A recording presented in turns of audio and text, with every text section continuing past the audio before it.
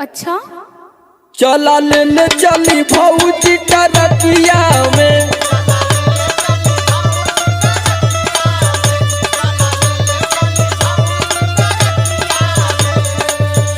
देखो हम तोहरे ट्रक उरक में नहीं बैठल और ज्यादा हमसे जबरदस्ती मत कर, समझ में आयल कि नहीं?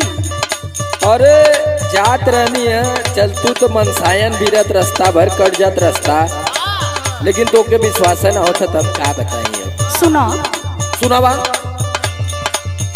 नहीं चढ़बो मो तोहरा टरकिया में,